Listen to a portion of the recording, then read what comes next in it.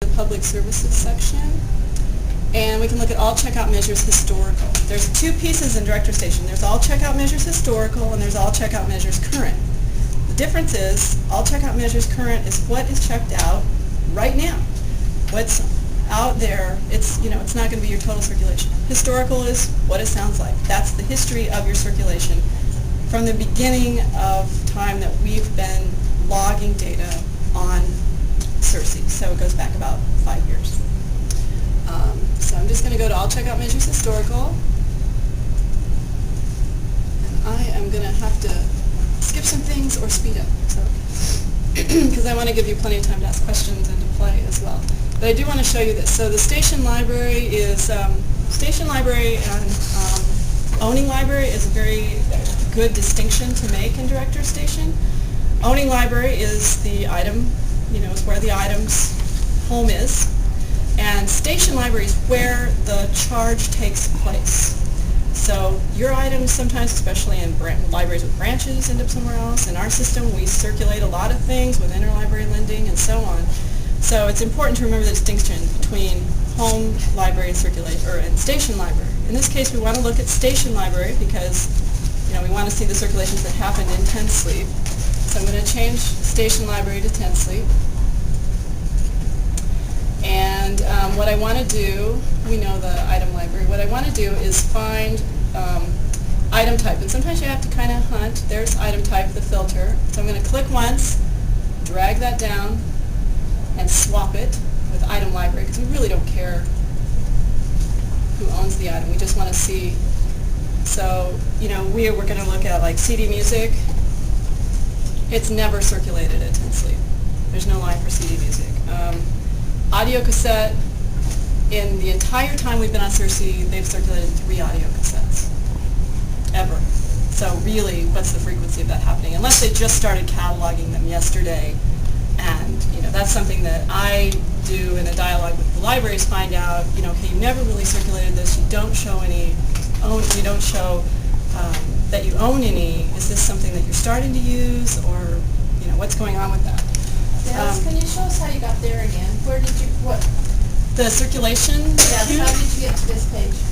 I popped out the menu, and I'm sorry, I don't want to lose the report that I've got on the screen. Okay. But I popped out the menu under Public Services. I went to the Circulation cube, and I chose All Checkout Measures Historical. So it's under the Public Services Circulation. Okay, thanks. Okay, yeah, and you kind of have to explore sometimes to find out where things are stored and what you get used to where the public services stuff is and the technical services stuff. So, I think you can tell where I'm going with this here is that we want to see over time if any of these things have ever circulated, if it's going to harm them in any way if we just take them out of their circ map, and it doesn't appear as though it will. So that's a real handy report to look at too. And, we can end up reducing their circulation map to 12 lines by doing all of this policy work. So that's a very, that's the way, in a practical way, the Director Station can be extremely helpful, is working on policies. Another way was, you can use, as I mentioned earlier, as a discovery tool. You can see what you're doing, and in your handout on page 7, I have an example of a report showing Category 1. I've been working with Sweetwater County off and on kind of streamlining what user categories they're using, because we have some libraries who have one profile for all their patrons, but they use the user category 1s to help them find statistics on those patrons. So they may use adult, juvenile, student, teacher, whatever in the user category 1s, so that they can get that data back out statistically, but all their patrons may be defined as one patron profile. Obviously, you can't do that if you want to circulate differently to juveniles versus adults, but you can very easily find all the user category 1s. And what they discovered is that they hadn't been using them consistently over time. So this report on page 7 shows you all the user category 1s down the vertical, and across the horizontal we have when their user card was created. And that doesn't necessarily mean that this is when they updated the user category. That may have been, yesterday. So obviously this is something, again, that we have to talk with people about. You guys can come on in if you want. I think there's 2 empty chairs over here. And then there's the one there, is the one in the corner gone now? I can't see. Okay, somebody took that. But there's 2 empty chairs over here. Okay, I'll be there in 3 seconds. Okay. So that's a useful report, and I've been talking off and on with Julie Farr about what they want to do, like moving patron profiles or moving user categories, and I can do that with a maintenance report real quick if she decided, oh, we want to change all of our Rock Springs West to be adult patrons or something. I can run a report, a real quick report to update that user category one field. Because we have some kind of, the thing about looking at your policies, even this far out from when we migrated, is that we migrated a lot of kind of history and ancestry and really interesting stuff from 2 previous systems. We tried to map it. Everything that you had going in DRA and pull it into CERC as much as possible, approximate the same kind of policies. And so there's some things that, because CERC works differently than DRA worked, you can actually take advantage of in the system that you couldn't before. And in so doing, some of those legacy policies really have become, they become kind of not useful anymore. And so examining how these things all work together can really help you kind of streamline in a lot of ways.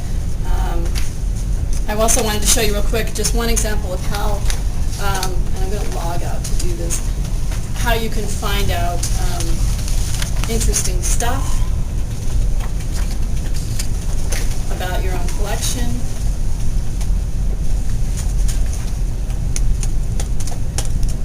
And I'm going to, everything pretty much that you want except for OPAC statistics is under collection analysis. And I'm just going to go to public services analysis and users. I did this for Sweetwater.